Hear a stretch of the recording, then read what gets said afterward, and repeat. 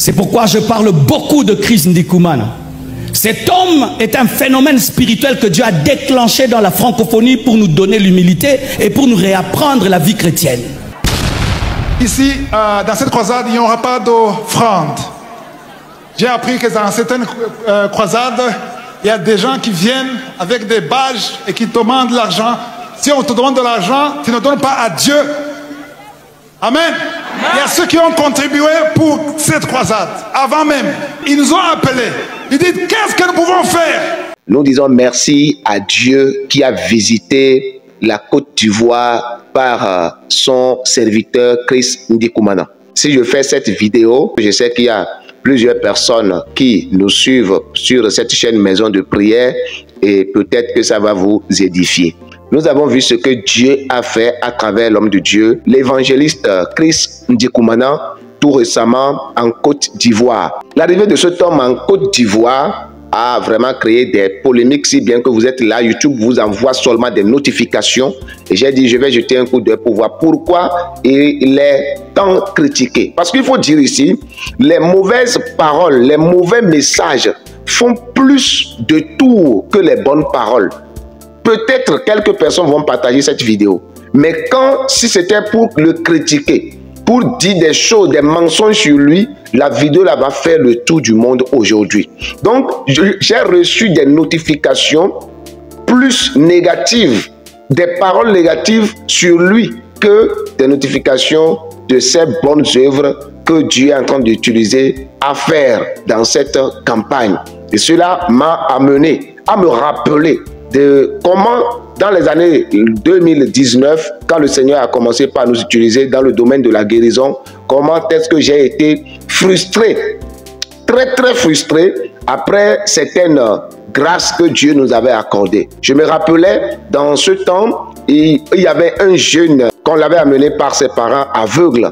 Et pour ma première fois de voir ça, c'est vrai que je vois les grands hommes de Dieu que Dieu a utilisés dans le passé guérir ces gens de mots, mais pour ma première fois de voir un aveugle en face de moi, je n'ai pas le choix. Je dois prier parce que moi j'ai appris à dire une chose, ce n'est pas nous qui faisons ça, nous prions et c'est Dieu qui fait. Et nous avons prié, à notre grande surprise, Dieu a permis à ce jeune de recouvrir la vue et jusqu'aujourd'hui où je parle, il voit clair, il s'évade à ses activités. Mais après cette guérison qui devrait être exaltée, qui devrait être louable, une guérison louable, une guérison où on devrait glorifier le nom de Dieu, cette guérison m'a créé tous les problèmes et vraiment en ce temps. J'ai été insulté, j'ai été vilipendé dans mon entourage, des soi-disant chrétiens, des soi-disant chrétiens qui ont cru en Christ. Je n'ai pas supporté les dires de ces personnes qui disaient que c'était avec des fétiches, c'était avec telle chose que le miracle se fait, c'est la sorcellerie, c'est telle chose, c'est telle chose. Et quand j'ai fouillé dedans, je n'ai pas compris d'où venait cette sorcellerie qui ouvre les yeux aux aveugles. Bien-aimés dans le Seigneur, apprenons à remercier Dieu, apprenons à glorifier Dieu quand Dieu utilise une personne, surtout en notre temps, pour glorifier son nom. Cet homme Chris Ndikumana est un phénomène. Cet homme Chris Ndikumana est un homme en qui Dieu a investi tout. Et il fait la gloire de l'Afrique francophone. Il fait la gloire de l'Afrique francophone. En temps normal, nous, en tant que chrétiens, nous devons être fiers d'avoir un tel homme parmi nous. Mais bizarrement, c'est soi-disant des chrétiens qui vont chercher des images, des cornes pour coller à son image, pour le publier. Dieu m'a révélé tant sur lui. Dieu a fait tant sur lui. Ce qui est un peu bizarre, c'est que votre Dieu qui vous révèle toujours les faux pasteurs, votre Dieu qui vous révèle toujours les faux miracles, ne fait aucun miracle. C'est bizarre. Et moi ici, j'ai pitié de ces personnes qui consomment ces mensonges et qui sont prêts à supporter ces mensonges. Ces personnes qui sont prêtes à supporter, à croire en ces mensonges et abandonner. Le grand Dieu qui appelle la terre et les cieux est incapable de faire marcher les paralytiques. Le grand Dieu qui a fait la terre et les cieux est incapable d'ouvrir les yeux aux aveugles. Le grand Dieu qui a fait la terre et les cieux est incapable de donner la grâce aux gens. Cet homme vient, il ne prend pas offrande. On trouve encore à dire, il a annoncé publiquement pendant cette campagne qu'il n'aura pas d'offrande, que la campagne a été financée dès le début, avant même la campagne. Donc il n'aura pas d'offrande parce que tout ce qu'il faut pour la campagne a été déjà financé par des chrétiens de bonne volonté. Les gens ont trouvé encore à dire dans ça. Le pasteur Joël a lancé une collecte avec des enveloppes, ça circule. Les gens ont trouvé à dire. Ivan Castanou a lancé des collectes, on a trouvé à dire. Maintenant, lui vient dire ne prends pas d'argent, on trouve encore à dire. Chrétien, qu'est-ce que vous voulez? Qu'est-ce que vous voulez? On prend, on dit. On ne prend pas, on trouve encore à dire qu'on n'a pas pris parce que on a pris, on dit oui, on a vu, non, c'est un escroc, c'est un bandit, il travaille pour son ventre, de voir, lui vient, il ne prend pas, et on trouve à dire, chrétien, vous êtes comment? Vous êtes comment? Chers tous, je fais cette vidéo pour des consommateurs. Vous, qui êtes juste derrière cette polémique, pour voir qu'est-ce qu'on dit encore de lui. J'ai révélé. Allez-y, priez Dieu et que Dieu vous révèle lui-même. Vous êtes aussi les enfants de Dieu. Dans la parole de Dieu, dans le livre de Jean chapitre 1 verset 12, la Bible dit que tous ceux qui ont cru en lui sont devenus des enfants de Dieu. Si Dieu parle à l'autre qui vient dire que Dieu m'a révélé que c'est un sataniste, va aussi prier. Si toi tu es réellement authentique, tu sais que tu as cru vraiment en Jésus-Christ, n'apprends pas seulement de la bouche de l'autre pour croire. Parce que quand Dieu lui révélait, toi tu n'étais pas là. Alors va prier, tu es aussi un enfant de Dieu. Dis à Dieu, Seigneur, je ne veux pas me perdre. Je ne veux pas suivre quelqu'un pour aller en enfer. Moi, je suis ton enfant, j'ai cru en toi.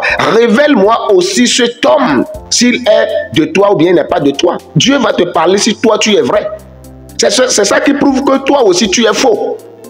Parce que tu n'as aucune révélation et tu te bases sur la révélation de ce que les autres ont dit sur lui pour croire. Qu'est-ce que vous voulez? Je viens exhorter toute personne qui veulent se retrouver dans le ciel. Toutes personnes qui ont accepté Jésus comme leur Seigneur et Sauveur. Suivez Jésus selon ce qui est écrit et non selon ce que les gens disent. Vous aimez un homme de Dieu et vous apprenez des polémiques sur lui. Ne vous relâchez pas sans avoir la confirmation de la part de Dieu. Car tu as fait, on va dire que tu n'as pas fait.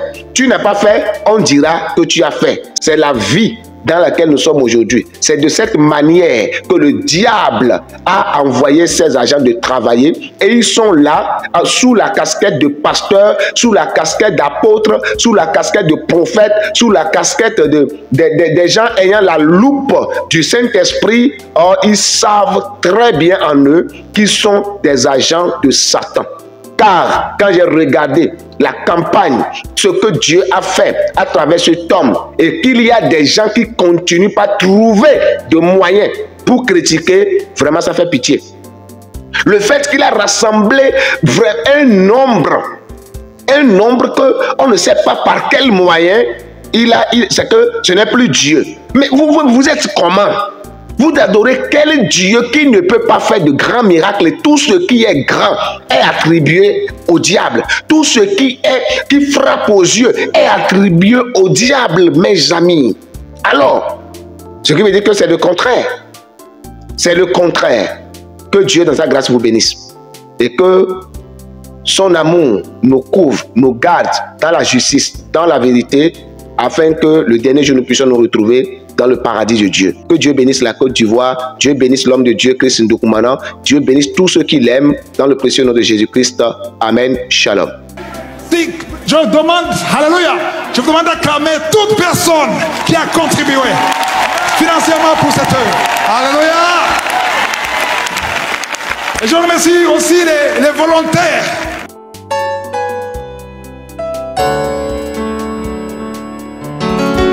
Shalom, shalom, c'est Chris Ndikumana. Je viens de faire un bon voyage et je remercie le Seigneur pour tout ce qu'il a fait à Abidjan. J'imagine que beaucoup d'entre vous ont suivi ce qui s'est passé. On a vu la croisade, on a eu des centaines de milliers de personnes qui étaient là. On a vu des milliers d'âmes qui ont été sauvées. Nous rendons gloire à Dieu pour la sécurité, pour la présence de Dieu, pour les miracles, pour les âmes sauvées. Et nous sommes vraiment dans la joie de voir ce que le Saint-Esprit a fait le 7 décembre à Abidjan. La raison pour laquelle je fais cet audio, c'est très court. Je vais juste donner de la lumière, un éclaircissement sur ce qui concerne les offrandes. Je le dis parce que quelqu'un m'a dit qu'il y a un débat sur les réseaux sociaux. Et si je dis ça, ce n'est pas un pasteur qui m'a demandé de le dire, ce n'est pas un serviteur de Dieu, un ministre de Dieu qui m'a demandé de le dire. C'est moi-même qui ai pris l'initiative de le faire pour donner de la lumière. J'aimerais expliquer un peu ce que j'ai dit dans la croisade à propos des offrandes. J'ai dit qu'il n'y a pas d'offrande et si j'ai dit qu'il n'y aura pas d'offrande à cette croisade, ce n'est pas que c'est mauvais qu'il y ait des offrandes dans une croisade. Ce n'est pas un péché et ce n'est pas contre la parole de Dieu. Je l'ai dit pour une raison particulière. L'année passée, au mois de juillet, dans la croisade à Bujumbura et même le mois de juillet dans la croisade de Libreville, il y a eu ceux qui ont perçu de l'argent avec des badges. Ils ont pris l'argent soit disant que c'est pour la croisade de Kanguka alors que c'était faux. C'est uniquement pour cela que je l'ai fait. Mais en ce qui concerne les offrandes pendant les croisades, j'aimerais que tout le monde sache que ce n'est pas un péché et c'est biblique même. Donc quand il y a une croisade et qu'il y a des offrandes, ne pensez pas que c'est mauvais, c'est biblique parce que ce sont les chrétiens même qui doivent soutenir l'œuvre de Dieu. Moi-même, avant, je le faisais. En 2017, en 2018, en 2019, en 2022, que ce soit en Belgique, que ce soit au Canada, que ce soit en Angleterre, que ce soit au Togo. Pendant la croisade, il y avait la collecte des offrandes. Donc, ce n'est pas un péché, ce n'est pas contre la parole de Dieu. Dans 3 Jean, si vous voyez la lettre que Jean écrit à Gaius, il a dit clairement que c'est bien de soutenir les serviteurs de Dieu. Au verset 7, il dit, et que c'est pour le nom de Jésus-Christ qu'ils sont partis sans rien recevoir des païens et que nous devons accueillir de tels hommes afin d'être ouvriers avec eux pour la vérité. Donc, qu'il y ait des offrandes pendant la croisade, c'est biblique. Je le répète, qu'il y ait des offrandes pendant la croisade, c'est biblique. Alors, pourquoi moi je ne le fais pas? Cette année, au mois de juillet, juste avant la croisade de Bujumbura, le Saint-Esprit m'a dit qu'il ne faut plus percevoir les offrandes. C'était juste au début de l'année, le Saint-Esprit m'a convaincu qu'il ne faut plus faire ça, ce qui ne veut pas dire que c'est mauvais, mais ça c'est un cas particulier, c'est un réma que j'ai eu pour moi. Et quand j'ai obéi, les gens nous contactent et nous soutiennent avant la croisade. Ce qui s'est passé à Abidjan, ça a coûté énormément, c'était extrêmement cher. Moi, personnellement, je ne pouvais pas payer ça. Je n'ai pas l'argent pour payer ça. Mais des chrétiens, des auditeurs de l'émission Kangoka nous ont appelés depuis que j'ai annoncé. C'est-à-dire 3 mois avant la croisade, j'ai annoncé, les gens nous ont appelés, ils ont soutenu. Tout ce que vous avez vu, ce sont des chrétiens qui nous suivent, qui ont financé ça à l'avance. La différence, c'est qu'ils ont soutenu avant la croisade.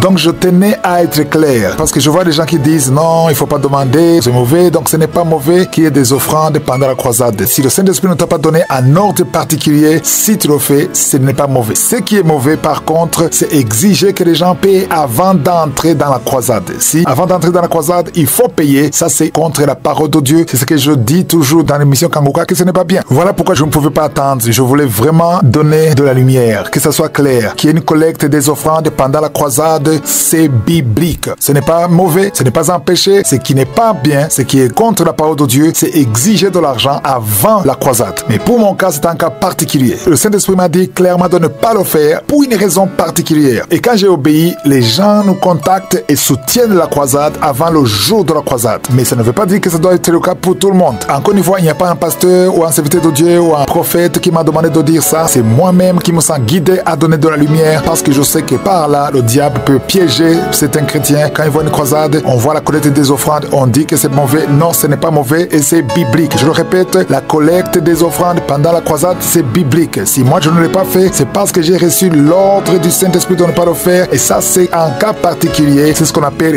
réma. Que Dieu vous bénisse abondamment.